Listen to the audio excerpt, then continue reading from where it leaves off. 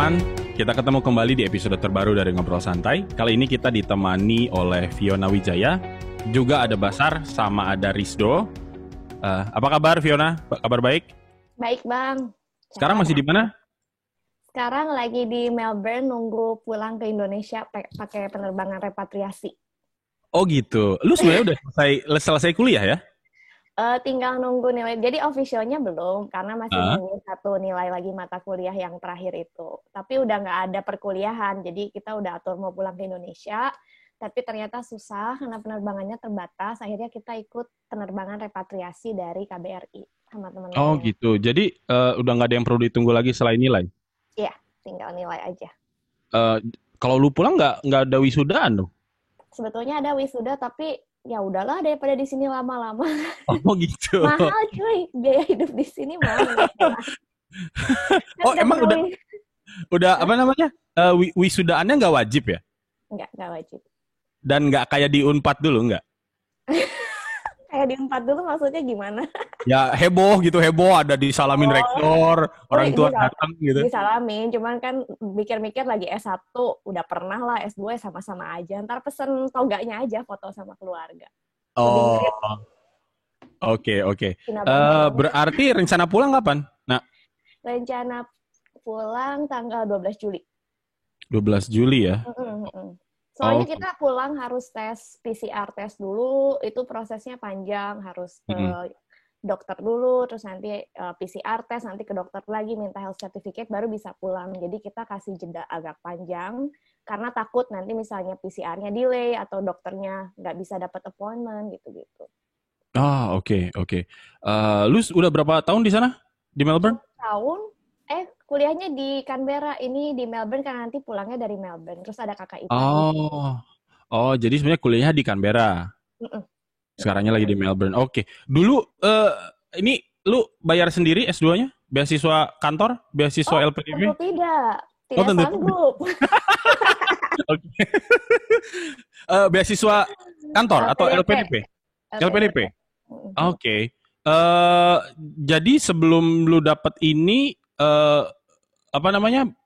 statusnya tugas belajar ya? Atau iya, statusnya tugas belajar.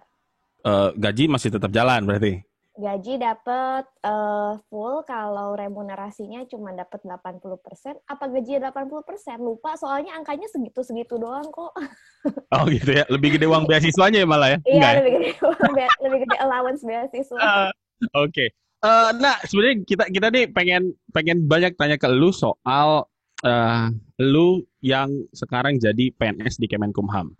Kalau kita ngelihat tipikal-tipikalnya, stereotip kalau bahasa formilnya adalah keturunan etnis Tionghoa yang jadi PNS, itu kan sebuah anomali ya. Biasanya stereotipnya adalah ketika lu lulus lu jaga toko gitu, atau lu lulus lu kerja di luar negeri. Nah, tapi gue pengen taunya malah dari lebih lama lagi nih, dari kecil. Lu lahir besar di mana, Nak? Di Bandung, lahir tahun 90 sampai kuliah tuh di Bandung. Sampai tahun 2015 tuh di Bandung. Jadi belum menghabiskan seluruh hidupmu sampai kerja di Bandung ya? Iya. Oke. Lu sepanjang di Bandung memang dari kecil udah cita-citanya pengen jadi kayak begini ya? Hukum, PNS, atau lu terinspirasi dulu jaga toko gitu, enggak? Enggak lah, aku tuh dari keluarga Tionghoa tulen banget yang punya toko udah hampir 3 generasi. Iya, tokonya tuh yang di Jalan Otista. Otista tuh kan semuanya kan toko-toko Tionghoa tuh yang dari kelontong terus nanti bertransformasi jadi toko-toko lain. Terus dari kecil juga aku di sekolahnya kan di swasta Kristen. Jadi sama sekali nggak punya bayangan di luar. Kalau dulu tuh kebayangnya kalau Tionghoa biasanya paling keren tuh jadi dokter. Dokter ya jadi pebisnis atau sekolah di luar negeri. Semuanya tuh udah pernah ada sih rencana mau sekolah di luar negeri tapi nggak jadi. Terus mau jadi dokter sampai SMA masih pengen jadi dokter. Gitu. Jadi nggak kepikir. Bahkan baru tahu profesi PNS tuh kayak waktu kuliah deh, kayak oh ada ya profesi namanya PNS. Oh gitu. Jadi lu dari kecil nggak ada sama sekali kebayang itu ya? Nggak ada, nggak ngerti. Keluarga ada yang jadi PNS kayak atau jadi apa gitu? Nggak. Sama sekali nggak? Ada tahu cerita lucu waktu aku mau daftar jadi PNS, kan aku izin tuh sama papaku kan. aku mau daftar CPNS gitu. Terus papaku bilang, oh ya boleh gitu. Itu kan surprising karena mereka sebetulnya cukup dari waktu aku kuliah tuh cukup agak resisten gitu dengan ketertarikanku terhadap dunia hukum dan politik. Jadi waktu dia bilang, oh boleh jadi PNS, itu tuh kayak kaget. Terus aku tanya, emang papa tahu PNS apa? Terus dia jawab, tahu itu kan yang kerja-kerja di bank gitu. Jadi mereka tuh nggak ngerti sama sekali. Itu tuh, tapi itu jadi gambaran bagi aku bahwa gimana bagi orang Tionghoa tuh itu betul-betul satu dunia yang berbeda, satu dunia yang asing. Tapi waktu dijelasin sih mereka ngerti. Dan papaku tuh istilahnya bagus waktu aku bilang, bukan PNS tuh yang kerja buat negara. Terus dia ngomong gini, oh kamu mau mengabdi buat negara, mengabdi. Oke. Dia lebih deep justru sebetulnya pemahamannya dari sekedar bekerja. Tapi kalau jadi PNS tuh mengabdi katanya gitu. Lu sebenarnya waktu kecil diarahin untuk jadi sesuatu nggak sih? Biasanya nih ya. Dong, jaga Kalau toko. orang Batak tuh, kamu kuliah besar ITB ya? Itu dari SD itu, buset, jauh banget kan? Atau nanti kamu jadi tentara ya, baru kelas 1 SD. Lu dari kecil gitu, kamu jaga toko gitu nggak? Enggak. Kalau orang tua aku lumayan nggak terlalu maksa jadi apa, tapi mereka lebih concern sama skill. Misalnya dari kecil harus les musik gitu, harus les piano. Aku pernah dilesin balet, bayangkan ya, lagi TK. Pokoknya banyak les deh, stereotip orang Tionghoa tuh emang bener. Terus lagi sekolah ya yang penting nilainya harus bagus. Nah emang jadi akhirnya nggak terlalu jelas mau kemana. Tapi yang penting mereka tuh nggak terlalu mikir pendidikan formal tuh akan berdampak secara nyata. Jadi menurut mereka lu bisa kuliah apa aja, tapi nanti kan akhirnya jaga toko gitu. Jadi dari kecil tuh, dari kelas 4 atau 3 SD tuh kalau libur pasti dibawa ke toko, terus Oh bener ya, lu di iya, situ bantuin? bantuin 4 SD tuh aku ingat kerjaanku tuh bikin bon. Jadi kalau ada yang mau ada yang belanja tuh bikin bon. Terus kan kalau masih kecil kan hafalannya kuat ya. Jadi aku tuh hafal harga-harga. Oh terus dipuji sama pegawai gitu. Hebat ya si Emilia hafal. Oh jadi semangat kerjanya. Jadi tiap libur pasti ke toko. Tokonya toko apa nak? Toko jual bahan jok kursi, jok mobil gitu-gitu. Gila lu dari SD udah ingat harga bikin bon ya? Iya, jadi kalau kita tuh dari kecil emang diajarin ngelihat orang tua kerja keras gitu. Jadi nanti mereka bakal bilang, lihat untuk hidupin kamu tuh, papa mama tuh kerja keras gitu. Jadi kitanya bakal, ikut ngerasain kerja keras. Terus nanti makin gede, tanggung jawabnya makin dipercayain besar. Nah, SMP tuh udah mulai pegang uang, misalnya bantuin kasih kembalian. Lucu deh pokoknya kalau diingat-ingat. Terus SMA mulai pegang kasir gitu. Bertahap ya, SD cuma ngapain, SMP ngapain, SMA ngapain ya. Terus lu digaji nggak waktu itu nak? Enggak sih. Enggak. Itu lu dibawa ke toko itu jadi keharusan atau emang lu pengen sih? Kalau lagi kecil pengen, seneng kan. Kalau lagi kecil ngerasa kayak udah gede gitu. Lagi SMP, SMA ya mulai ada masa-masa pengen main gitu. Ya? Pengennya main. Tapi pas udah kuliah mulai ada sense of responsibility. Kayak lihat orang tua kan udah agak tua, jadi mulai bantuinnya karena emang pengen bantu. Gitu. Oh berarti lu nonstop sampai kuliah pun masih bantuin ya? Dan pas kuliah berarti udah lebih sering tuh bantuinnya ya, nggak cuma libur doang ya? Iya, pas kuliah, apalagi pas sudah semester terakhir sih kan udah jarang kuliah tuh, terus papa sempet sakit, nah banyak banget ke toko, terus sampai megang juga, banyak lah kayak pembukuan segala macam juga pegang deal sama supplier udah suka ikut-ikut gitu. Jadi pokoknya udah prospeknya tuh udah diarahin ke situ ya? Ya, jadilah itu barang pokoknya. Tapi tokonya masih ada sampai sekarang, nak? Masih. Sekarang kakakku yang nerusin. Oke. Terus kenapa waktu akhirnya lu udah di toko gitu ya, ngebantuin, kuliahnya malah ngambil hukum? Kenapa nggak ngambil ekonomi? Kenapa nggak ngambil dokter, katakanlah? Oh, itu lucu banget. Jadi pertamanya tuh nggak ambil dokter karena aku takut darah. Jadi sampai akhir SMA, aku berusaha supaya nggak takut darah, tapi ternyata tetap takut. Jadi ya udahlah, akhirnya sempat mau jadi psikolog karena kan ya, beda-beda dikit lah gitu. Tapi udah gitu ceritanya agak rohani sih waktu itu. Jadi aku baca Alkitab. Itu tuh momen-momen udah keterima di psikologi Maranatha, terus udah nggak mikirin. Tiba-tiba baca ayat tentang hukum di 2 Tawarik 19 gitu. Terus bayang-bayang tiap hari si ayatnya kayak bagus ayatnya. Pokoknya dia bilang pertimbanganlah dengan bijak kalau kamu memutuskan hukum, nggak boleh berperilaku memihak gitu-gitulah. Nah, karena kebayang-bayang terus, waktu itu kan aku punya pembimbing, sampai sekarang juga punya sih. Terus aku tanya, terus dia bilang, coba doain mungkin Tuhan punya kehendak di sana. Terus aku pikir nothing tulus lah, karena udah keterima di psikologi, kalaupun yang hukum nggak keterima, doesn't matter. Jadi akhirnya nyobain tes SPMB yang ke Unpad, taunya terima, udah keterima. Aku waktu itu sempet mikir, waktu tes SPMB itu aku pernah bilang, karena tesnya kan susah, aku kan dari IPA nyebrang ke tes IPS. Terus aku bilang sama Tuhan, kalau aku keterima, aku anggap ini kehendak Tuhan. Taunya aku keterima. Jadi ya Itu udah. Unpadnya pilihan satu, nak? Pilihan satu dan satu-satunya. Hah? Iya, Maksudnya pilihan satu. lu nggak ada pilihan dua? Nggak ada. Kan Wah, pilihan pertama. Kan gue udah keterima di psikologi. Jadi case pertamanya gue mau kuliah psikologi gitu. Jadi kalau ini keterima, itu kehendak Tuhan. Kalau enggak ya aku kuliah psikologi. Ngapain? Aku nggak punya keinginan masuk sekolah negeri juga gitu. Oh gitu. Jadi lu nggak istilahnya, oh gue pengen hukum tapi ada plan B-nya misalnya ke hukum Undip gitu. Nggak ada ya? Lu Enggak. Unpad. tapi memang niatnya kuliah di Bandung waktu itu ya, nggak mau keluar Iya. kota ya? Iya, nggak mau. Mau di Bandung. Gila. Pilihan satu. Gue aja 3 pilihan cuy. Manfaatkan. Unpadnya pilihan keberapa, ayo? Ketiga dong. Kita sama, nak. Anak-anak IPA kualat. Anak IPA, anak gitu IPA ya, Murtad. nyebrang ya. Yoi, yoi. Iya. Ternyata lebih enak belajar IPS ya. Oh iya, betul. Meskipun pusing di semester awal pusing gitu. Iya, untung Oh lah. gitu, oke. Berarti lu dari zaman di saat itu lu emang udah nggak minat untuk di sektor bisnis dan usaha ya, makanya nggak milih ekonomi ya. Enggak Dan emang terlalu suka. saat itu SMA udah nggak niat mau nurusin toko.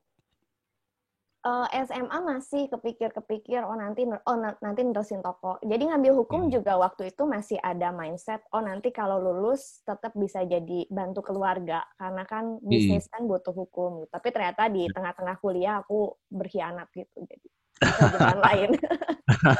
Nah, pas akhirnya lu masuk hukum tuh gimana tuh? Pertama lu banyak kerjaannya soal angka ya kan? Kedua jurusannya IPA. Pas masuk hukum yang nggak ada urusannya itu sama sekali, gampang nggak menurut lo? Enggak, itu susah banget. Setahun pertama tuh aku berkali-kali pengen berhenti kuliah hukum gitu. Oh, sempat ada niat mau berhenti ya? Ada. Saya yang susah tuh bukan karena harus menghafalnya itu ya. Saya dari sekolah juga kan IPA, biologi kan hafalan, dan aku emang kuat di hafalan gitu. Terus yang susah itu karena ternyata itu dunia yang sama sekali asing gitu. Jadi selama kecil kan tadi ya latar belakangnya keluarga Tionghoa. Kami nggak bicara politik dan hukum sama sekali. Terus kuliah di swasta, tau lah ya anak swasta di Bandung ngomonginnya ya paling cuma main. Ya betul. Ya, main dan main gitu. Jadi pas masuk kuliah tuh kayak teman-teman tuh semua yang kayak kalau ada tugas, nanti aku tanya om aku jaksa, aku tuh mikir jaksa tuh apaan ya gitu, aku juga nggak tahu gitu. Sedih banget gak sih? Itu berarti lu asingnya tuh bener-bener asing ya? Totally, aja aku sendiri nggak nyangka bahwa dunia itu betul-betul asing seasing-asingnya. Terus yang paling lucu tuh aku ingat dosen itu kan suka pakai contoh-contoh kasus. Waktu itu tuh ceritanya lagi zaman kayak baru awal-awal tren korupsi-korupsian gitu. Korupsi sih aku ngerti apa. Terus si dosennya bilang, iya kayak misalnya korupsi Bulog dulu. Terus aku bilang kayak Bulog tuh apaan ya gitu. Terus saya temen bisik-bisik malu gitu, Bulog tuh apa sih gitu. Itu loh badan yang ngurusin beras apa. Oh ya. Terus dia bilang misalnya kasus Akbar Tanjung. Terus aku nanya lagi, Akbar Tanjung siapa sih gitu. Bagi aku tuh kayak nggak tahu sama sekali itu siapa. Kuliah tuh apaan sih ini, susah banget ngikutinnya, apalagi kalau dosennya suka ngasih contoh kasus karena have no idea gitu itu siapa, itu apa. Terus teman-teman tuh kayak semuanya tuh selalu punya support system kan, either keluarganya ada yang hukum atau siapanya ada yang berkarir jadi jaksa, hakim atau pengacara. Jadi aku ngerasa betul-betul kayaknya ini bukan dunia aku deh gitu. Sampai kira-kira setahun pertama, tapi mulai tahun kedua mulai bisa menikmati. Itu tadi lucu deh. Jadi di keluarga lu itu sama sekali nggak ada pernah ngomongin politik ataupun masalah-masalah yang saat ini katakanlah di berita deh, ngomentarin berita gitu nggak pernah ya? Zaman itu nggak pernah sih, dari aku kecil tuh nggak pernah. Paling cuman taunya Mei 98. Itu juga sederhana banget, cuman taunya ada kerusuhan, terus etnis Tionghoanya kayak diarah, jadi kita harus hati-hati. Udah cuman tahu itu doang. Jadi sama sekali nggak terlalu ngerti politiknya. Pertama kali aku tahu kisah politik tuh ada satu guru waktu SMP, dia juga Tionghoa tapi dia kuliah di Unpad Hubungan Internasional. Waktu itu dia jadi guru bentar doang, ngajar kewarganegaraan. Nah, terus dia mulai waktu itu cerita soal Mei 98 tuh apa sih gitu. Jadi adalah sedikit periode yang kayak membuka mata bahwa oh ternyata di luar dunia kita tuh ada sesuatu yang lain. Tapi karena guru itu cuma ngajar bentar, habis itu ya ketumpuk lagi sama hal-hal yang lain gitu. Itu keluarga lu nggak ngomongin soal politik ataupun masalah-masalah terkini itu karena sibuk gitu ya ngurusin toko atau memang minatnya nggak ada? Nah.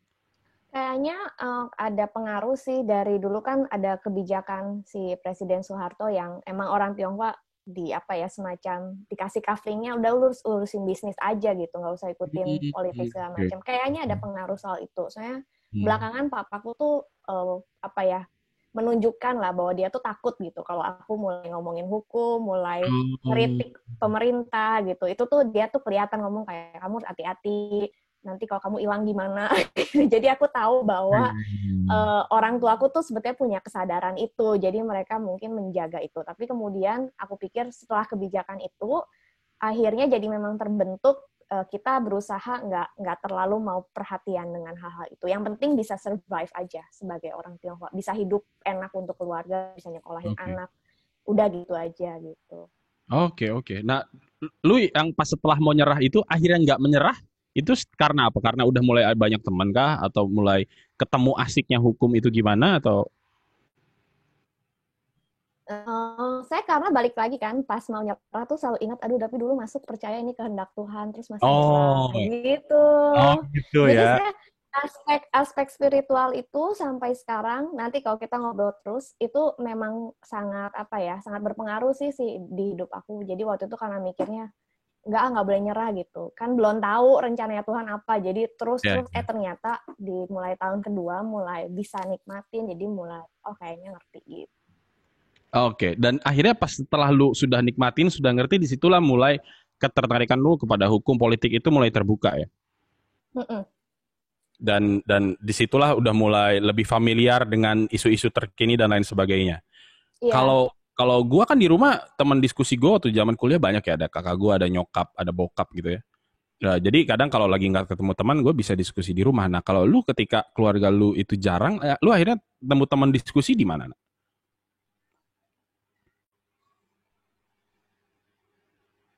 Di kampus akhirnya. Jadi di di semester 3 itu kayaknya udah mulai deket sama teman-teman sekelas. Terus deketnya sama teman-teman yang pintar, yang emang beneran dedikasi banget sama hukum. Nah, jadi aku belajar dari mereka, aku tiru kebiasaan-kebiasaan mereka. Nah, semester 5 itu udah lebih gila lagi, karena kan akhirnya ambil HTN. HTN tuh waktu itu seangkatan cuman 10 apa 7 orang, jadi bener-bener deket. Jadi saya di masa itu aku belajar dari mereka sih. HTN, Hukum Tata Negara kan ya? Itu jurusan kering bukan sih? Kering tuh maksudnya apa sih? Kering adalah pertama, ya kan? Biasanya orang-orang tuh milihnya kalau nggak perdata ekonomi. Ya kan? Terus kalau Unpad biasanya sok-sok elitnya adalah hukum internasional, ya kan? Barulah yang lainnya tuh jurusan kelas 2 tuh biasanya tuh HTN, HAN, lingkungan. yang jumlah mahasiswa jurusannya nggak nyampe 10 gitu. Iya benar. Lu kenapa akhirnya ngambil ke HTN? Kenapa nggak ngambil yang istilahnya lebih, ya katakanlah lebih gampang cari kerja gitu di hukum ekonomi atau perdata? Karena dulu kan mindset-nya kan nggak pernah mikir kuliah buat cari kerja, karena kadang mikirnya nanti akhirnya juga jaga toko gitu. Jadi benar-benar kuliah itu mencari apa yang gue bisa nikmatin gitu. Jadi meskipun lu di semester 3, semester 5 itu sudah mulai serius dengan hukum, lu tetap nggak kepikiran mau kerja di sektor itu ya? Mikirnya tetap toko. Pengen, tapi terus selalu ketarik-tarik kayak bisa nggak ya gitu. Tapi karena ketidakpastian itu, akhirnya aku nggak mau masa kuliah itu berlalu tanpa aku nikmatin gitu. Jadi akhirnya aku milih, mending gue pilih yang gue suka. Dan udah pasti perdata, ekonomi tuh aku nggak suka. Bagi aku tuh susah. Kenapa susah dan kenapa lo lebih tertarik ke HTN? Kalau perdata nggak tahu kenapa susah aja. Baca BW tuh susah, ngertiin BW tuh susah. Iya. Susah gitu, kasus-kasusnya tuh kayak apa sih gitu, waris, nikah, ngapain gue ngurusin rumah tangga orang gitu, males banget gitu.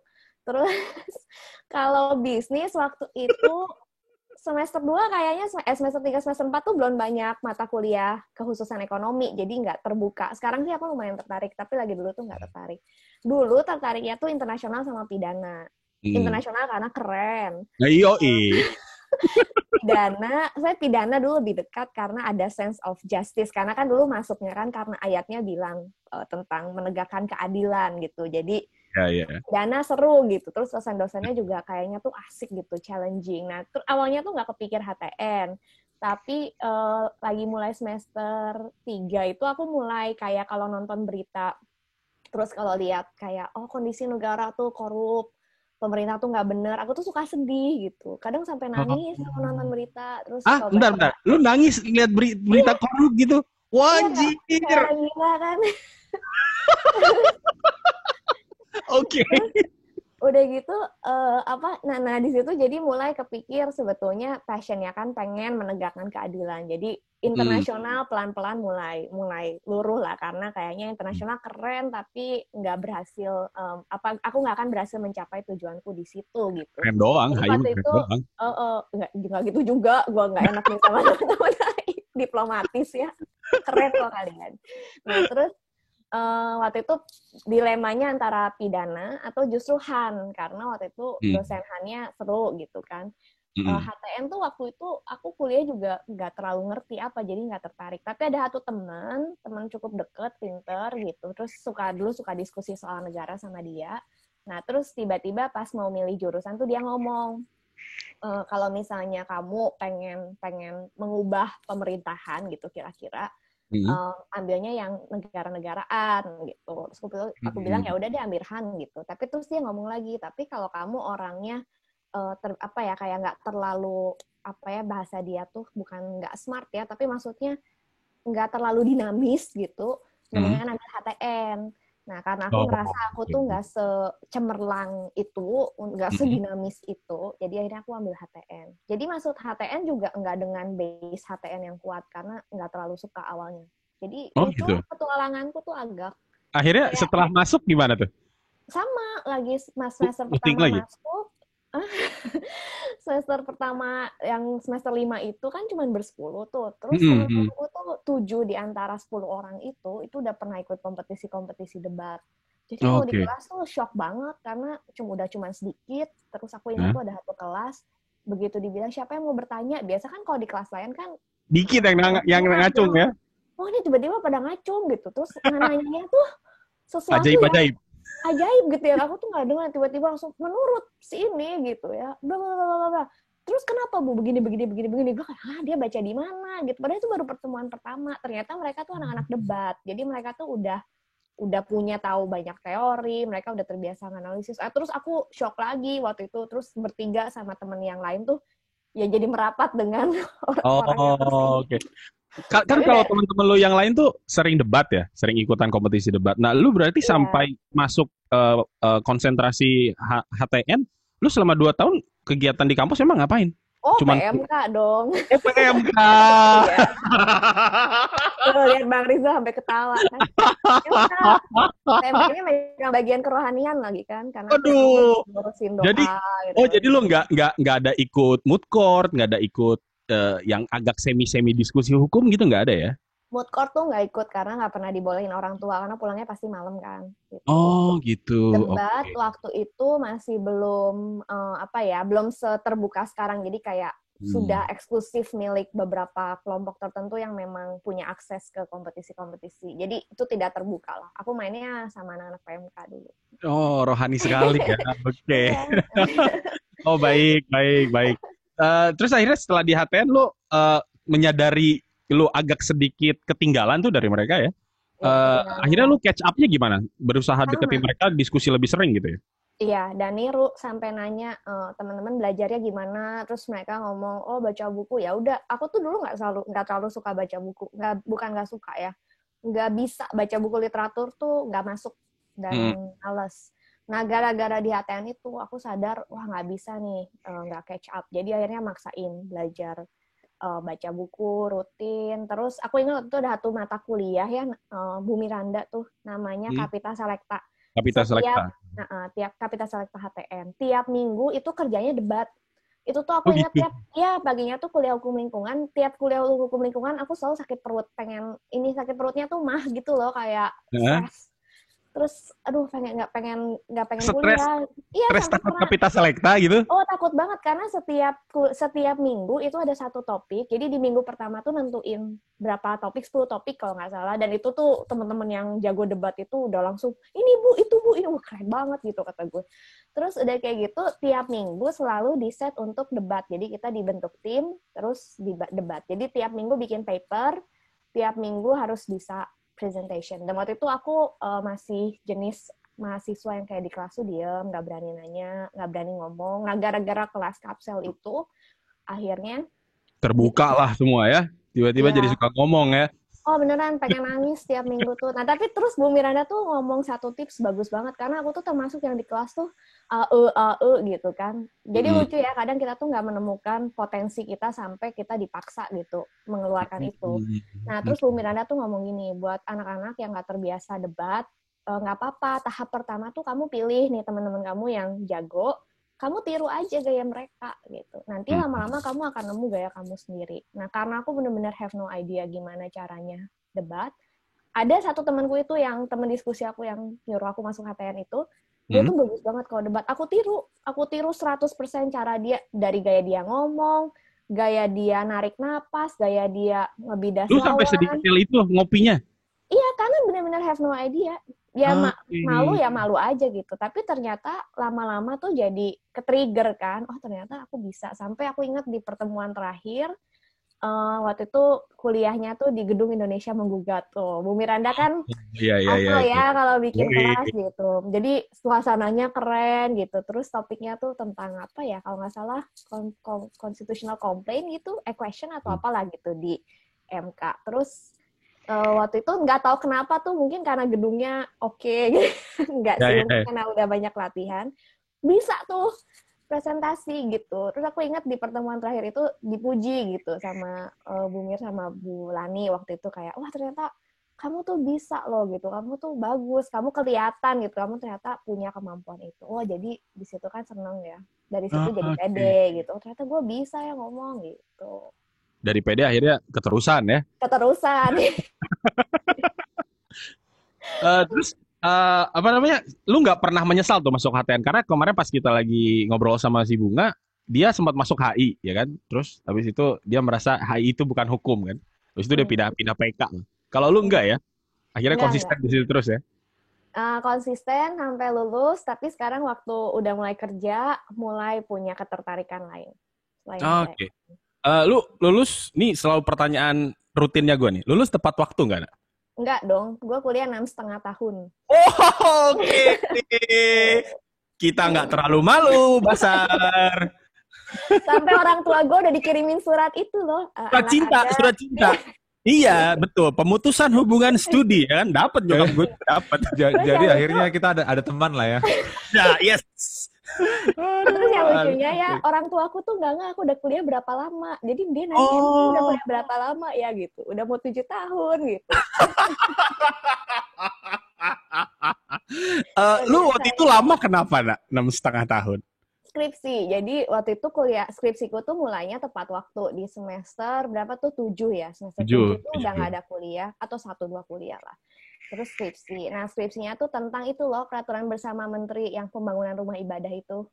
Politis sekali Anda. Ya, cuman serunya kalau di HTN kan memang dosen-dosen itu apa ya, saya terbuka gitu, dan mereka kalau misalnya lihat kamu bisa, ya itu bisa jadi kelebihan, kekurangan tergantung anaknya lihatnya gimana. Kalau mereka lihat kamu bisa, mereka bakal push kita sampai the limit gitu. Jadi kalau mereka lihat lu bisa sebagus ini, mereka nggak akan turunin standarnya gitu. Jadi dulu tuh dosen-dosen pembimbingku tuh slow aja gitu.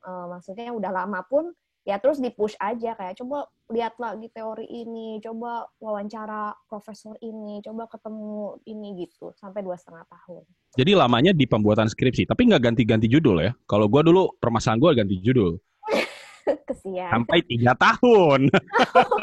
Oh, beda dikit lah, Bang. Beda dikit doang. Oh berarti lu waktu itu jadinya skripsi ya, bukan studi kasus, bukan LM. Atau HTN nggak kenal studi kasus dan legal memorandum? Jarang ya kayaknya, seringan skripsi ya. Oh, oke, baiklah. 6,5 tahun, akhirnya lu berarti ngerjain skripsinya Dua 2 tahun setengah tahun. lebih ya, 2,5 tahun ya. Dua setengah. Berapa tebel lah akhirnya skripsi lu itu, nak? Segitu-segitu aja kok, cuman berapa ya, 280-an paling. Wah, anjing.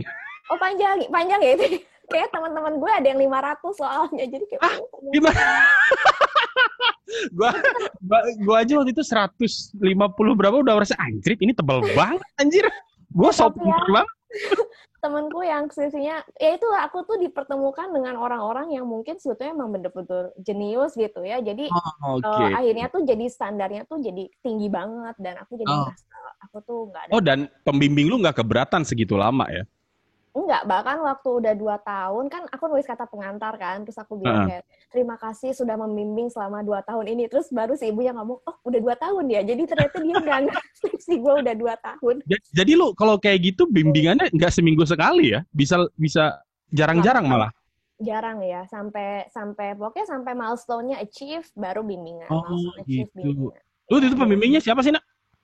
Pak Roshidi sama Bu Rahayu. Oke. Nah, akhirnya kan lu 6,5 tuh Nggak langsung PNS kan ya? Enggak, justru skripsi itu blessing in disguise, karena Kenapa tuh? waktu itu kan kuliahnya udah nyantai. Jadi akhirnya aku sempat serabutan kerja di mana-mana, pernah part-time, bukan part-time ya, pernah relawan di Institut Lemena tuh yang sampai ke daerah-daerah, bikin pelatihan. Itu karena skripsinya kan lama, jadi kadang tuh nganggur nungguin jadwal wawancara pejabat lama, jadi akhirnya ikut Institut Lemena ke daerah. Oke. Terus sempat jadi guru di SMA. Jadi guru apa? PKN. Oh, itu jalur profesi anak hukum banget ya, PKN ya. Lagi kan pelajarannya di SMA mana? Di SMA Kalang Kudus sama SMA BPK Holis 2 tahun. Di SMA mana? Ngeheng ya, Kalang Kudus. 2 tahun jadi guru, ngajarin Pancasila dan kewarganegaraan ya. Iya, seru loh ngajar anak. Itu pengalamannya menurut lu gimana? Seru, menarik, atau membosankan? Seru banget. Terus waktu itu kan gue emang punya hati buat anak muda juga kan, jadi masih suka nge-PA-in anak-anak gitu. Jadi di sekolah tuh ya sekalian ngajarin PKN, kadang juga ngebimbing kerohanian gitu. Oh gitu. Kenapa waktu itu memilih untuk ngajar di SMA, Nak? Karena apa ya, lupa. Kenapa? Waktu itu ada temen guru di sana yang ngomong, ada lowongan kan, aku agak nganggur-nganggur gitu kan penampakannya. Jadi mau nggak ngajar gitu. Terus karena aku senang sama anak SMA, ya udahlah, ayolah gitu. Ya udah, jadi ngajar sambil ngisi waktu. Lu guru PKN ada yang harus lu pelajari baru nggak, atau lu modal selama kuliah hukum aja tuh?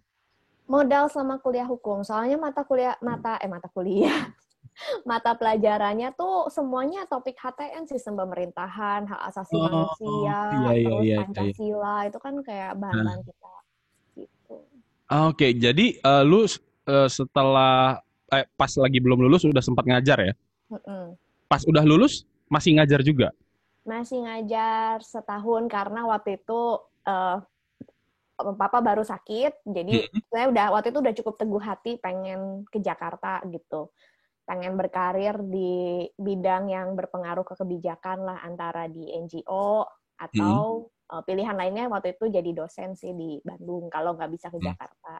Karena kalau jadi pengacara kayaknya agak susah. Waktu itu mikir jadi pengacara kita bisa bantu 1-2 orang gitu, tapi nggak 1-2 orang ya, maksudnya banyak orang, tapi orang yang bertemu dengan kita. Tapi kalau bikin kebijakan yang baik itu kan bisa nolong lebih banyak orang. Jadi waktu itu mikirnya kalau nggak kerja di think tank, ya akhirnya mikir jadi dosen. Dosen kan biasa suka ikutan tuh di rapat-rapat nentuin apa. Waktu itu juga ada universitas yang udah nawarin mau nggak jadi dosen di sana gitu.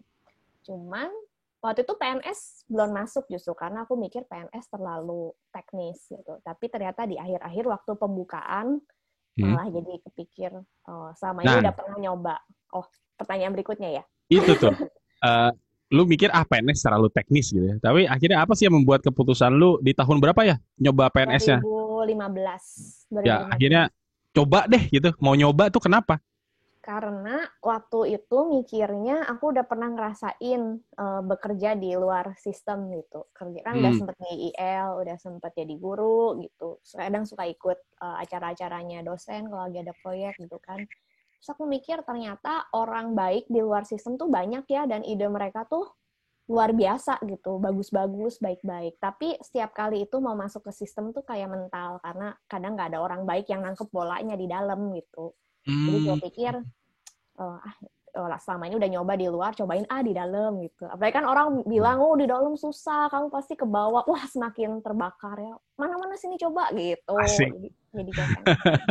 Dan waktu itu yang lagi buka emang Kemenkumham? Atau lu emang niatnya, udah deh Kemenkumham aja gitu? Awalnya lebih pengen ke DPR atau MK waktu itu. Tapi ini another spiritual story sih. Jadi aku pernah waktu ngebayangin masa depanku gitu, aku pernah ngerasa kayak dapat penglihatan aku ada di satu ruangannya tuh mermer gitu, terus ada kayu-kayunya gitu. Nah, terus di situ aku dress up gitu rapi, terus lagi berbicara lah dengan kayak pejabat-pejabat gitu. Nah, waktu itu tuh pas lagi juga, nggak tahu lagi ada acara apa ya, pokoknya aku ke gedung Kumham yang di Kuningan itu loh, pertama kalinya ke Geraha Pengayoman. Nah, Geraha Pengayoman tuh kan kayak gitu, dia marmer, terus ada ornamen kayunya gitu. Terus pas masuk aku tiba-tiba merasa, kayak aku pernah ada di sini sebelumnya, asik gitu kan. Asik, oke. Jadi agak-agak gitu ya ceritanya ya. Terus terus aku deg-degan gitu kan, kayaknya di sini deh, kayak di sini. Nah, terus akhirnya aku waktu itu juga nggak tahu kenapa pas angkatan aku tuh cuman bisa milih satu. Angkatan sebelum aku tuh masih bisa milih 3 instansi. Angkatan aku cuman boleh milih 1 instansi. Jadi kayak seolah-olah kayak bener-bener harus nentuin nih sudah mau kemana gitu. Nah, terus akhirnya pilih Kemenkumham. Gue pilih Kemenkumham. Ini dia dari zaman SMA gini ya kasusnya ya. Cuman pilihannya satu aja, masuk semua lagi, anjing. Iya. Akhirnya lu masuk, itu kaget nggak waktu itu tiba-tiba keterima? Atau keluarga ngerasa gimana? Gue tuh ya karena mungkin nggak tumbuh besar di lingkungan yang misalnya kayak dulu gitu. Kan kalau teman-teman kan terbiasa, mau SPMB. Jadi udah tahu SPMB tuh susah, kompetisinya tinggi.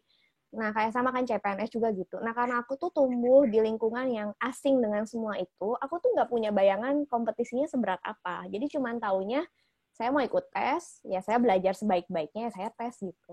Jadi waktu tes CPNS tuh, ya biasa aja, belajar tiap hari. Tapi aku kalau belajar tuh serius gitu, yang kayak bisa tiap hari belajar. Terus CPNS tuh belajar apa sih, Nak? Itu loh yang TPA itu, kan waktu itu udah nggak inget lah, matematika, apa itu yang ngitung grafik, segala macam udah nggak tahu. Jadi beli buku. Gue nggak pernah ikut soalnya tes CPNS, jadi nggak tahu gue.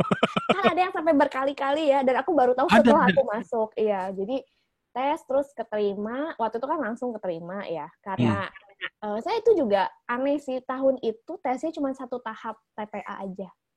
Jadi begitu TPA-nya bagus, langsung lolos.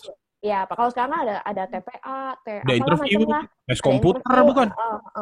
Nah, zaman aku tuh cuma sekali, jadi begitu. Dan aku kan cukup kuat gitu kalau untuk tes-tes yang sifatnya kayak gitu mah bisa gitu. Masuk, nah udah masuk tuh biasa aja gitu, keterima kayak keterima, ya udahlah emang udah jalannya Tuhan gitu kan, selalu mikirnya gitu. Orang tua juga karena keluarga tidak merasa itu profesi yang bonafit, keluarga juga biasa aja, malah agak konsisten, iya kayak aduh keterima gimana nih gitu. Tapi padahal kalau di Batak tuh udah dibangga-banggain loh. Iya, jadi dia CPNS cuy. Aku tuh nggak ngalamin sama sekali euforia. Iya. Gitu, enggak, bagi aku tuh bener-bener kata bapakku itu tuh kayak profesi mengabdi gitu. Ya udah jadi pas masuk biasa. Itu ada ceritanya PNS kalau orang Batak tadi yang dibilang sama Yok. Apa? Jadi kalau misalnya nih aku nih bukan PNS, terus aku ngapel nih ke rumah pacarku misalnya gitu kan. Terus sampai di rumahnya itu ditanyakan kerja di mana, ngobrol lah basa-basi. Sebenarnya tujuannya interogasi. Tapi waktu kita bilang, kerjanya di mana? Di swasta, misalnya di PT apalah gitu kan. Nanti dikasihnya air putih, Nak. Begitu PNS masuk kasih teh manis ya. Kasih teh manis sama martabak. Ada martabaknya. Gitu. Jadi tapi itu joke ya, itu joke orang Batak, tapi itu ya bisa dibilang benar juga, sebagian besar memperlakukan seperti itu. Itulah Ini betapa beda agungnya berartinya PNS itu buat orang Batak. beda Iya, banget ya. Beda banget ya. Iya. Oke. Bahkan setelah aku kerja tuh aku inget terus pernah satu kali aku mau traktir orang tua aku ceritanya, padahal kan gajinya waktu itu masih kayak 1,9 kayaknya karena masih CPNS. Iya. Tapi karena aku udah terbiasa gaji kecil kan, jadi guru juga dulu gajinya cuma berapa, 600.000 paling atau 700.000 gitu. Terus bisa lah mau traktir papa cerita, terus dia ngomong gini, udah nggak usah, berapa gaji kamu? 1,9. Oh sama pegawai papa juga gedean gaji papa gitu katanya. Sama pegawai toko gedean gaji pegawai toko ya. Ketawain aku sama papaku gitu. Terus aku bilang tapi itu masih 9, aku bilang membela diri, masih 80%, nanti 100% lebih besar, tapi cuma 2,3 ya udah. Udah bisa nyomong. Tapi dari itu kan dari berapa ratus ribu itu jadi struggle ya, ke depannya jadi lebih semangat kan gara-gara itu ya. Iya. Jadi semangat lah maksudnya. Jadi benar-benar bagi aku tuh benar-benar mengabdi gitu. Karena nggak ada untungnya sebetulnya. Itu di satu sisi memang itulah caranya orang tua zaman kita ya, maksudnya men-trigger kita untuk jauh lebih mengembangkan diri gitu. Lu pas pas udah masuk CPNS berarti lu orang pertama baik di lingkungan keluarga inti lu ataupun keluarga besar yang jadi PNS? Keluarga inti, iya. Keluarga besar, kayaknya iya juga. Jadi di keluarga lu yang istilahnya sepupu jauh gitu, nggak ada yang pernah lu kenal jadi PNS, tentara, polisi gitu, nggak ada ya? Enggak. Tapi ada lah ya orang-orang yang istilahnya tuh dekat sama misalnya orang penting kan, ada aja ya kalau di orang Tionghoa gitu. Ya. Ada. Tapi mereka nggak pernah mau masuk ke dalam tuh. Enggak lah, bagi mereka tuh susah gitu, ribet. Oke. Setelah akhirnya lu masuk, lu di lingkungan di dalamnya ada mungkin perlakuan berbeda nggak? Atau sebenarnya hal itu sudah nggak ada sih? Kalau kata aku sih perlakuan berbeda tergantung kita mau membawa dirinya kayak gimana. Oke. Tapi kalau ditanya sering, jadi pernah ya dulu, pasti kalau orang nanya gini, sekarang menurut aku orang ngomong udah halus sih. Dari pas aku masuk yang ditanya pasti, oh Mbak Fiona asli mana gitu. Oh asli mana ya bahasanya ya? Ya aku jawab aja asli Bandung gitu kan. Terus dari Bandung? Iya dari Bandung. Orang tua dari Bandung juga? Iya dari Bandung. Emang orang tua gue lahir di Bandung gitu kan. Tapi nanti biasa udah gemes gitu kan akhirnya nanya gitu, ada keturunan gitu. Gue bilang, oh iya bukan cuma ada keturunan, emang orang tua saya tulen Tionghoa gitu kan dua-duanya. Nah terus biasanya kan itu jadi pembuka percakapan kayak, oh kenapa mau jadi PNS jarang ya. Nah bagi aku itu sampai sekarang aku sangat menghargai pertanyaan-pertanyaan itu karena itu membuka momen untuk bagi aku tuh ruang perjumpaan lah gitu, menceritakan. Nah sekarang lu pernah nggak ketemu ada ASN yang Cina juga? Ada, sekarang kayaknya lumayan banyak kok. Banyak tuh maksud aku 2-3 orang gitu banyak. Itu udah hitungannya banyak ya, udah hitungan banyak ya. Itu lu ketemunya di mana? Kemenkumham atau instansi lain?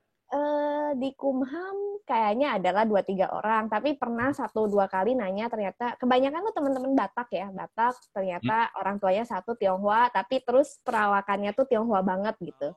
Gitu. Jadi biasa mereka tetap ngakunya Batak gitu, tapi nanti cerita, tapi ibu gue Tionghoa atau bapak gue Tionghoa gitu. Oh berarti dia jadi PNS dari sisi Bataknya tuh biasanya. Iya kayaknya. Nah, yang lebih sering itu biasanya ketemu pegawai honorer kali ya, yang kayak di instansi lain lah, kayak Bappenas gitu kayak pernah ketemu orang Tionghoa juga. Tapi kebanyakan jatuhnya ternyata bukan PNS gitu. Taunya dari mana? Pas udah berapa lama ngontak misalnya, Mas Mbak, kan tetap manggilnya Mas Mbak kan. Saya butuh ini. Mereka bilangnya, oh saya udah nggak di sana, udah nggak tugas lagi di sana gitu. Oh gitu. Tapi kayaknya oke lah, udah lebih open kok sekarang. Yang Cina 100% lu pernah ketemu jadi ASN? Di kantor sih nggak ada sih, di kantor. Di Kumham belum pernah ketemu, ya. Kayak ada satu di kantorku juga, dia half blood, kita nyebutnya half blood. Betul, half blood. Iya, dia suka bercandanya, kalau Fiona ini kan darah murni. Pure blood. Iya, kalau gue tuh half blood, soalnya ibunya Tionghoa, ayahnya Jawa kalau nggak salah. Jadi perawakannya Tionghoa gitu.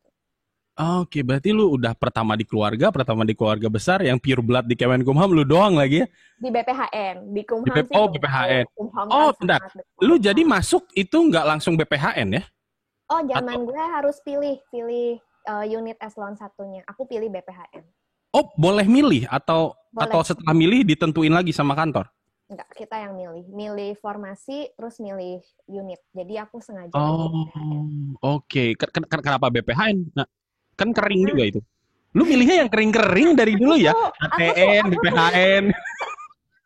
Mungkin itu tuh apa ya, antara kepolosan atau gimana, aku tuh nggak tahu gitu bahwa BPHN tuh sekering itu gitu. Aku tuh cuma Ya, oke. sama kayak milih HTN tuh, I have no idea HTN tuh sebetulnya tidak populer gitu. Pokoknya aku selalu milih semata-mata karena aku interest, aku suka, aku ngerasa itu bisa mencapai tujuanku gitu. Jadi BPHN kan terkenal dari dulu kayak think tank-nya Kumham. Zaman dulu kan ada zaman kejayaannya juga. Terus ingat dulu ada dosen yang sering ngomongin Bu Sunaryati Hartono, itu kan ternyata pernah jadi kepala BPHN. Kepala BPHN. Itu iya dulu pilihannya antara dua, kalau nggak BPHN ya di JNPP. Kalau yang lain nggak nyambung sama visi pribadinya gitu. Yang lain lebih nggak kering tuh, Nak. Dirjen Ahu, ya kan?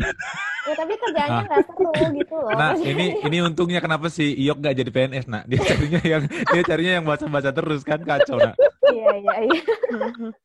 Iya, itu sering kali nggak jadi pertimbangan nih sampai sekarang. Jadi ya nggak tahu, bentukannya emang gini nih. Tapi kalau lu udah di BPHN milih, itu akan seterusnya di situ ya, Nak? Atau bisa pindah? Atau bisa, tergantung kantor? Pindah bisa tuh lu mengajukan atau ditugaskan? Bisa mengajukan, bisa ditugaskan. Oh, oke. Berarti lu sekarang di BPHN udah apa nih statusnya? Masih fungsional. Subdit, kasih atau? Enggak, masih fungsional umum. Staff, bahasa kerennya staff. Staff, oke. Ya, ini ngerjain apa aja. Oh, jadi kayak ini ya, palu gada ya? Iya. Oke. Lu akhirnya waktu itu dapat S2 karena lu disarankan bos atau tiba-tiba pengen sekolah lagi?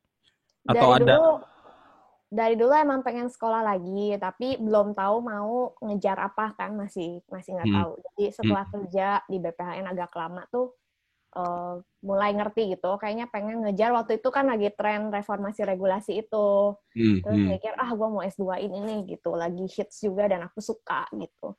Jadi waktu itu yang sebetulnya itu isu yang antara nyerempet kebijakan publik atau hukum gitu. Waktu itu awalnya pengennya ambil kebijakan publik, tapi setiap kali dapat LOA nggak dapat beasiswanya. Jadi waktu itu ada atasan, jadi kan selalu ngobrol sama atasan supaya dikasih izin kan.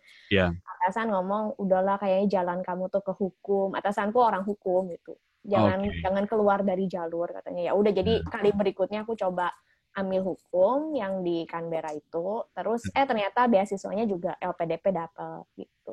Itu LPDP lu nyoba pertama atau kedua? Iya, nyoba pertama. Anjir.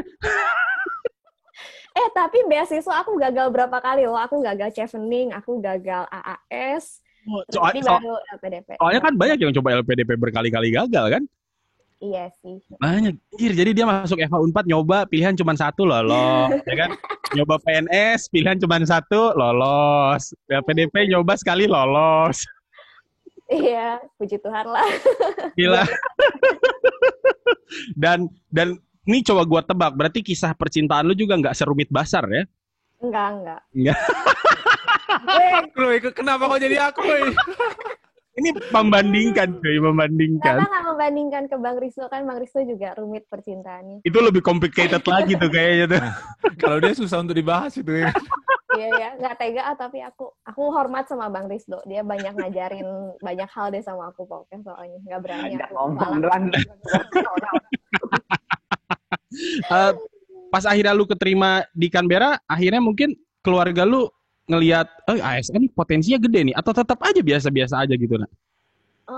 Secara material mereka selalu dalam tanda kutip menunjukkan kekhawatiran lah, karena tahu penghasilanku kayaknya nggak seberapa gitu.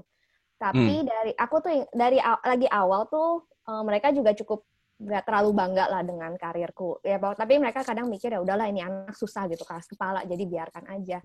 Aku ingatnya waktu itu ya ada satu kejadian. Jadi pendeta aku tuh yang di Bandung itu cukup dia cukup terbuka sama masalah kewarganegaraan gitulah.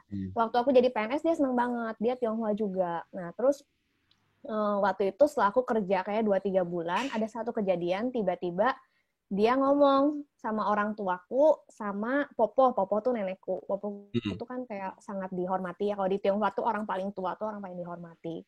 Nah, tiba-tiba si pendetaku ngomong di depan Popoku sama bapak ibuku itu, dia bilang, kamu tuh harus bangga sama anak kamu karena dia tuh mengambil jalan yang tidak lazim, tidak mudah, tapi dia punya hati buat Indonesia. Jadi kalian harus bangga gitu. Nah, sejak itu mereka mengadopsi pandangan itu sih. Jadi dalam satu sisi jadi mereka bangganya karena ya dia punya sesuatu yang mungkin kami nggak mengerti, tapi menurut pendeta itu hal yang baik, jadi itu hal yang baik gitu.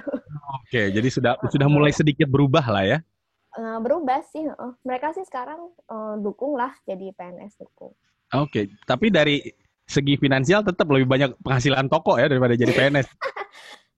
Sekarang udah mending lah karena remonnya Kumham lagi naik, ya udah naik, jadi kayak ya udah lebih lah dari pegawai toko, penghasilan aku udah lebih tinggi. Udah nggak dibandingnya sama pegawai toko lagi ya? Oke. Enggak. Dan lu sekarang berarti sudah 5 tahun ya di BPHN?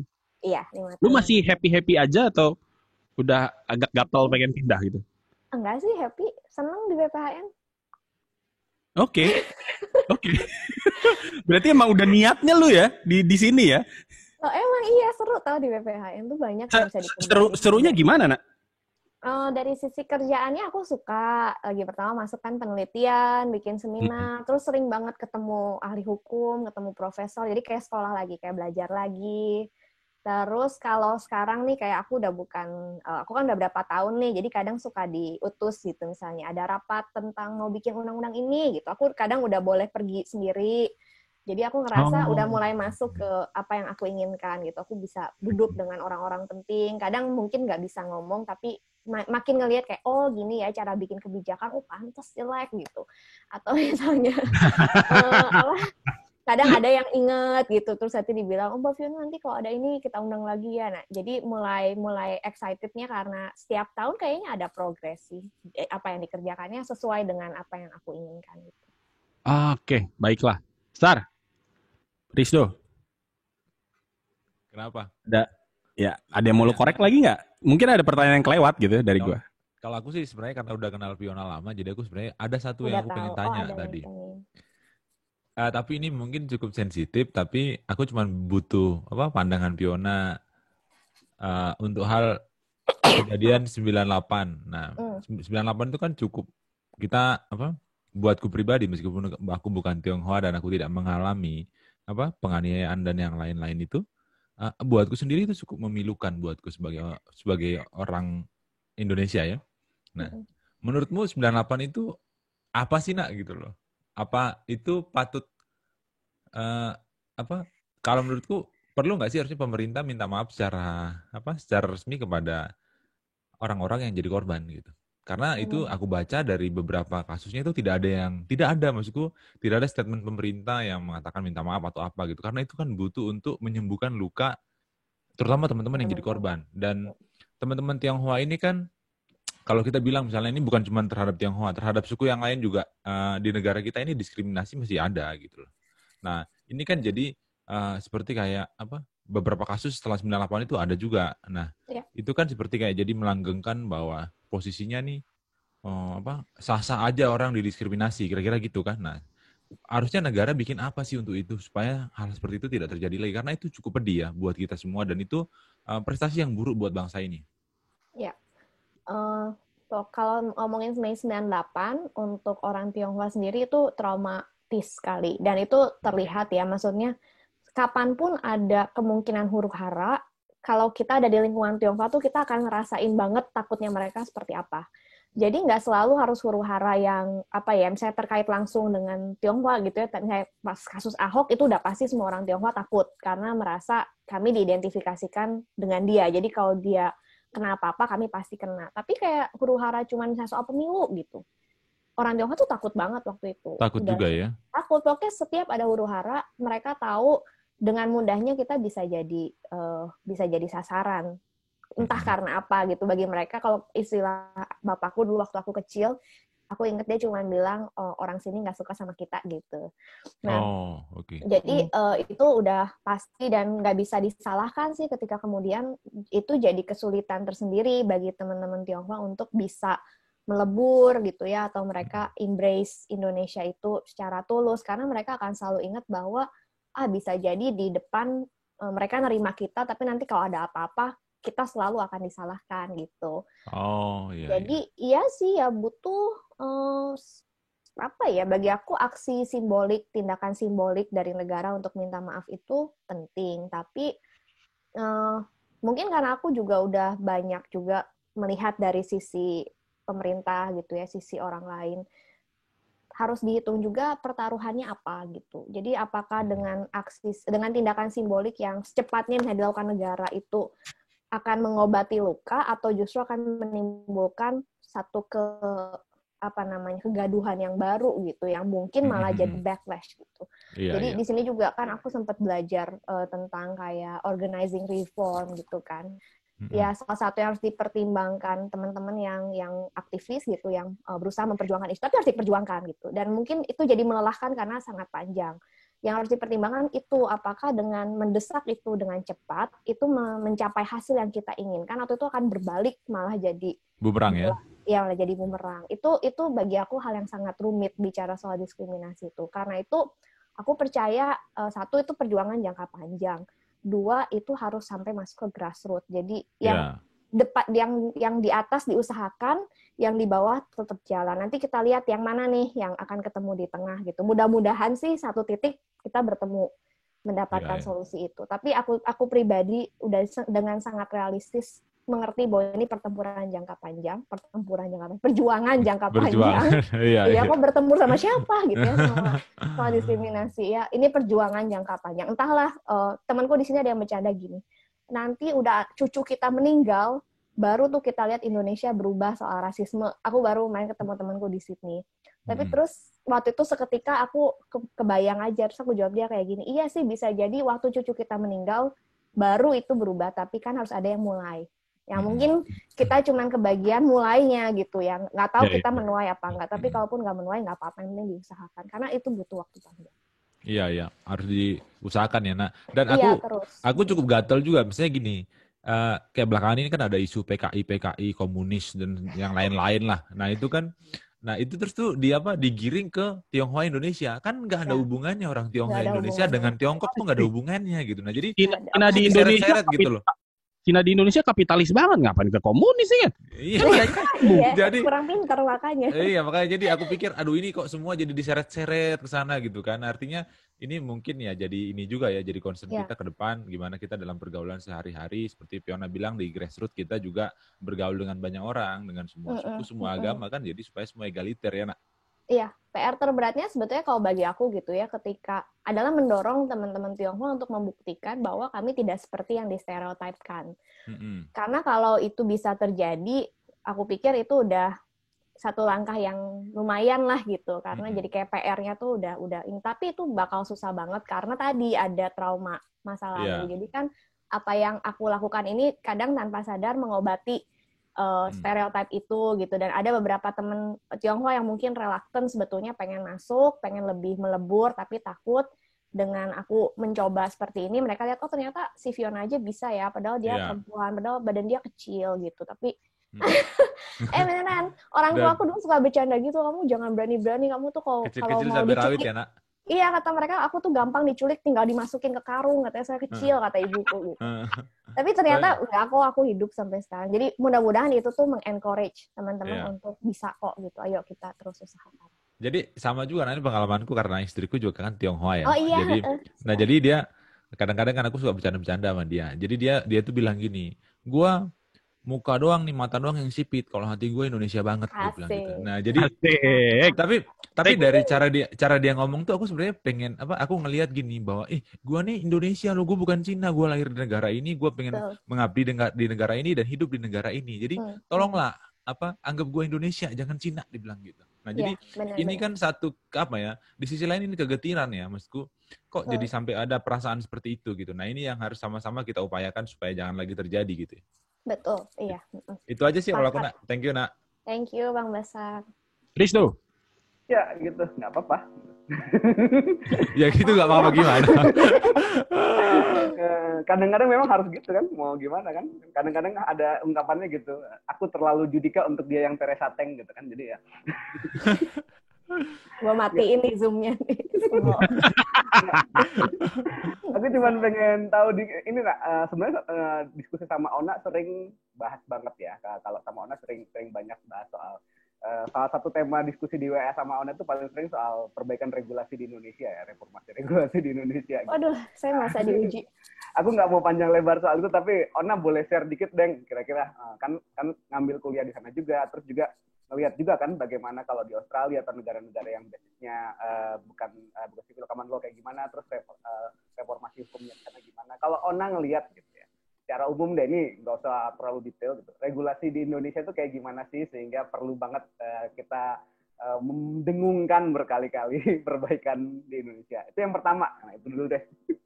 Oh, ada yang berikutnya. Tapi nggak boleh panjang, nggak boleh terlalu detail. Aku coba ya supaya bisa menarik untuk orang umum.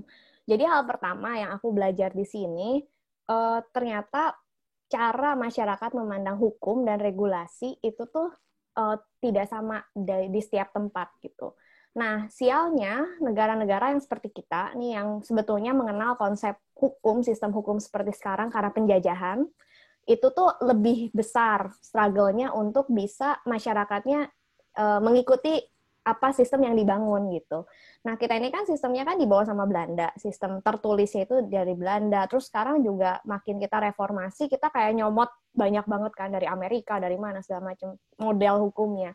Dan itu ternyata kalau menurut yang aku potret gitu dalam penelitianku tuh, itu tuh nggak match sama cara pikir masyarakat, cara geraknya. Nggak semuanya, tapi mayoritas seperti itu. Makanya ketika ngomongin problem regulasi, di kita tuh jadi agak beda sama di luar negeri gitu. Makanya pendekatan luar negeri nggak selalu bisa dicapai di sini. Misalnya di luar negeri bagi mereka regulasi itu ya sederhana gitu kan. Kalau mau dikecilkan nggak dipotong gitu. Tapi di sini tuh di kita tuh susah gitu. Uang tertulis aja nggak diikuti gitu kan. Kalau dipotong malah jadi wah makin hebring gitu kemana-mana. Tapi kalau misalnya nggak dipotong pun kebanyakan. Nah makanya di Indonesia tuh masalahnya kompleks sekali gitu. Apa yang harus dibenahi lebih dulu. Tapi yang pasti regulasi kita bermasalah gitu. Salah satunya di kita punya pola pikir yang ini sebetulnya juga pernah disebut sama Mohtar Lubis gitu. Dianggapnya kalau sudah dikatakan itu sudah dikerjakan. Nah di dunia hukum Indonesia itu bagi aku pola pikirnya kalau sudah dibuat aturan maka itu udah selesai masalahnya gitu. Makanya semua bikin aturan gitu. Dan aturannya sesuai dengan apa yang menurut mereka, sektor mereka baik. Makanya setiap sektor bisa tabrak-tabrakan gitu kan. Nah yang kedua juga di kita biasanya tuh pejabat tuh bikin aturan sebagai display of power. Jadi pengen waktu saya menjabat ada sebuah legacy. Apa legasinya? Aturan gitu. Betul. Jadi mindsetnya tuh totally wrong gitu. Saya korbannya. Jadi waktu ngobrol sama satu ahli di sini gitu, dia drafter di parlemen Australia federal, nggak nyambung gitu, diskusi pun nggak nyambung. Nggak saya tanya di sini tuh aturan juga banyak, jadi reformasi regulasi itu bukan berarti aturan harus dikit. Yang bener tuh banyak nggak apa-apa, tapi bener gitu, tepat menjawab masalah. Nah di sini kan aturan banyak, layernya juga banyak kayak di Indonesia. Nah saya tanya, sebetulnya di sini banyak nggak sih tumpang tindih aturan? Terus dia kayak marveled gitu, kayak, hah tumpang tindih? Nggak mungkin tumpang tindih, kata dia. Di sini tuh orang tuh kalau bikin aturan tuh sangat berhati-hati gitu ya. Dia bilang ya adalah nanti yang aturan yang tidak baik tetap ada, tapi ada mekanisme reviewnya dan itu nggak banyak, kata dia. Jadi dia tuh nggak bisa memahami ketika saya bilang, di Indonesia tuh aturannya tuh semua tuh bikin semau-mau mereka. Dia tuh kaget gitu. Kok bisa gitu instansi bikin aturan semau-mau dia? Kan udah nggak nyambung gitu. Jadi dari mindsetnya aja nggak nyambung, nggak mungkin kita copy-paste caranya mereka gitu. Tapi saya belajar cara-cara mereka seperti apa. Nah di situ sebetulnya jadi membuka kotak Pandora yang baru gitu. Bagaimana PR-nya kita serius membenahi cara pandang terhadap hukum itu gitu. Kalau cara pandangnya nggak benar, mau hukumnya secanggih apa, sistemnya secanggih apa, instansinya secanggih apa, nggak match gitu. Orang akan selalu pakai cara lain gitu untuk membuat itu bekerja. Gitu. Ya itu Iyok kayaknya mau nyamber dulu. Iyok kayaknya mau nyamber dulu. Ya, nggak boleh komentarin soal kebijakan publik gua. Kenapa? Bahaya. Repot ntar kantor gua ngomel lagi. Iya. Sektor sensitif soalnya, sektor sensitif. Oke, Jadi nggak bisa komen. Nanti aja pas Zoom-nya udah selesai. Udah nggak di-record. Yes. Ya, Dok, udah. ada lagi, Dok? Ya itu secara umum sih ya. Maksudnya itu yang aku selalu sering diskusiin sama Ona belakangan. Maksudnya kalau diskusi kebanyakan ngebahas ke arah sana gitu ya, terutama kalau dalam diskusi HAM. Tapi menarik sih sebenarnya pembicaraan ini sebenarnya kan mungkin sangat luas gitu. Jadi mungkin butuh banyak kita sering diskusi lintas interdisipliner untuk banget itu yang ya mungkin belum jadi tradisi, tapi kayaknya memang ya dengan melihat anak-anak muda di hukum, di Kemenkumham, di BPHN kayak Ona, kayaknya harusnya bisa semangat lah ya, hal itu bisa. Amin. Ya, terakhir nih aku tambahin, regulasi itu bukan urusan anak hukum, regulasi itu urusan semua orang, dan masalah di Indonesia adalah karena kita selalu mempersepsikan regulasi itu domainnya anak hukum. Waktu aku kesini, aku mau neliti soal regulasi, fakultas hukum tuh nggak terlalu tertarik. Di sini ada satu sekolah khusus, jurusan khusus, yang kemudian dosennya bilang sama saya, kamu salah masuk jurusan. Gitu. Oh, kamu mau belajar regulasi, harusnya masuk ke sini ya, namanya School of Regulation and Global Governance. Jadi di situ isinya nggak cuma orang hukum, ada orang macam-macam, ada orang kebijakan publik, ada orang kesehatan, ada orang psikologi, ada orang sosiologi. Nah, regulasi itu jadi dipotretnya dari berbagai sisi, dan dari orang-orang dari berbagai bidang itu perlu mengerti regulasi itu apa, baru nanti bisa keluar regulasi yang baik. Kalau selama ini terus dikasih ke anak hukum, makanya nggak jawab persoalan, karena anak hukum ya gitu cara pandangnya bikin undang-undang. Apalagi anak hukum Unpad ya, positivistik sekali. saya termasuk yang tersadarkan gitu ketika diskusi di sini, kayak wah, padahal aku selalu mengklaim aku nggak positivis gitu, aku udah dapat pencerahan banyak dari saya dan Rizno gitu kan, tapi waktu ngobrol itu baru tersadar, wah tetap ada pikiran-pikiran yang sangat formal gitu, sangat legalistik. Nah tadi Rizno bilang ini BPH diisi sama anak-anak muda yang masih semangat gitu ya, kalau untuk reformasi regulasi dan lain sebagainya. Lu ada nggak pernah ngelihat mungkin di BPHN yang dulunya mungkin semangat tapi lama-lama masuk angin, ada nggak? Nggak boleh ngomongin kantor, Yok. Nggak boleh ngomongin kantor. Oh, nggak boleh ya? Ya udah, nggak apa-apa. Kalau nggak dijawab, nggak apa-apa. Gue penasaran aja. Bisa kok dijawab. Semangat segimana? Kalau semangatnya sampai selevel aku, nggak ada yang turun. Iya. Jadi teman-teman sparing, baik senior maupun teman seangkatan, kalau yang standarnya tuh setinggi aku, itu tuh nggak ada yang turun. Sampai sekarang ada beberapa yang tetap segitu. Tapi kalau yang semangatnya tuh agak disinilah gitu, itu banyak yang berjatuhan tuh banyak.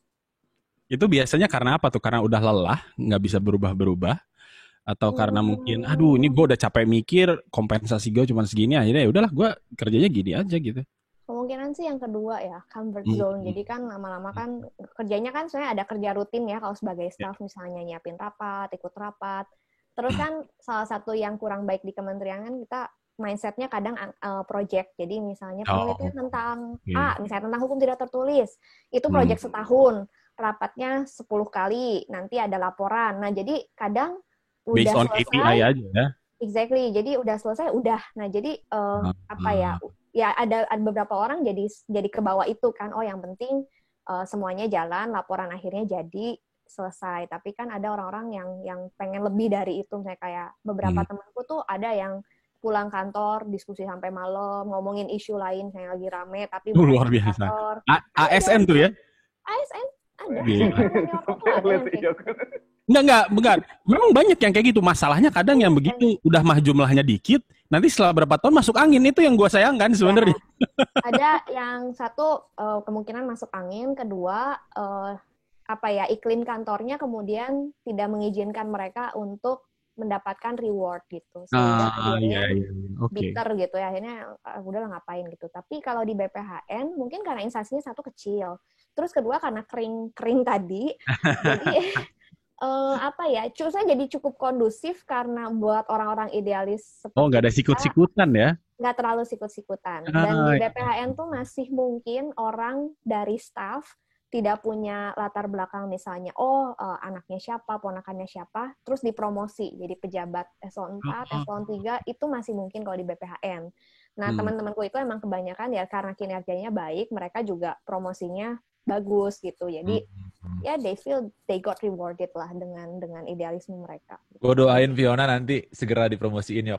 Oh iya. Ya, jadi pertama kepala BPHN ya. Amin. Tapi kalau kepala BPHN itu karir atau politis, Nak? Karir ya? Sejauh ini kita pernah punya yang karir dan bagus banget. Kita pernah punya yang politik. Ada yang jalur politik bagus, ada yang jalur politik jelek. Oke. Sar, Rizdo, ada lagi yang mau dikorek? Ya, tadi kan ngomong soal itu kan kadang-kadang juga masalahnya karena ya udah berkeluarga udah punya anak. Oh iya, betul. Iya, benar. Nah, Ona sendiri gimana nih setelah merasakan gitu? Tapi kan masih di luar ya, jadi belum ngerasain punya anak di Indonesia. Direcokin orang-orang lain gitu. Terus mungkin yang nggak apple to apple-nya karena aku perempuan. Biasa kan kalau yang pria kan lebih ada tekanan ya karena dia breadwinner gitu. Jadi akhirnya ngerasa harus kompromi supaya karirnya naik. Kalau aku kan perempuan gitu. Terus jadi beban mungkin ada di suami. Oh enggak ya. Tapi aku juga beruntungnya karena suami orangnya ya 11-12 lah. Jadi ya kita agak nekat. Ketika punya anak ada sih kekhawatiran kayak aduh kalau kita kayak gini terus tuh nah kita bisa hidup nggak ya, tercukupi nggak ya. Tapi ya tadi kalau bagi kami berdua aspek spiritual itu yang membantu. Akhirnya mikir nggak mungkin Tuhan udah bawa sejauh ini. Terus nanti ketika kita terus berjuang buat hal yang baik masa nggak ditolong gitu. Oke, siap. Rizdo, Basar ada lagi? Aku sih satu lagi. Apa sih statement Fiona tentang nasionalisme? Itu aja sih yang terakhir dari aku. Aduh. Karena buat gua Fiona nih orangnya cukup nasionalismenya tinggi karena lu bayangin ya. Lu bayangin kayak gua ya. Nah,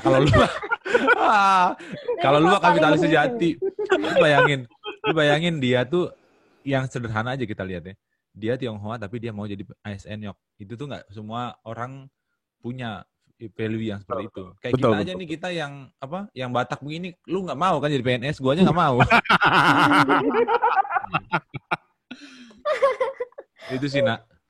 Apa ya susah ya nasionalisme. Ada Bang Rizdo nih aku takut kalau menjabarkan konsep abstrak nanti suka dibilang apa gitu.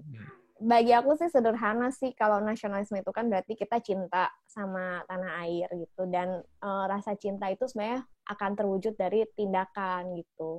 Yeah. Tentu nggak semua orang yang bilang cinta Indonesia harus jadi ASN. Sebetulnya yang penting mengusahakan apa aja yang kita bisa untuk kebaikan bangsa gitu. Aku ingat dulu Bang Yanes David tuh yang anak ITB punya satu ilustrasi yang bagus. Dia bilang kalau ibarat Indonesia tuh punya masalah sebesar gajah.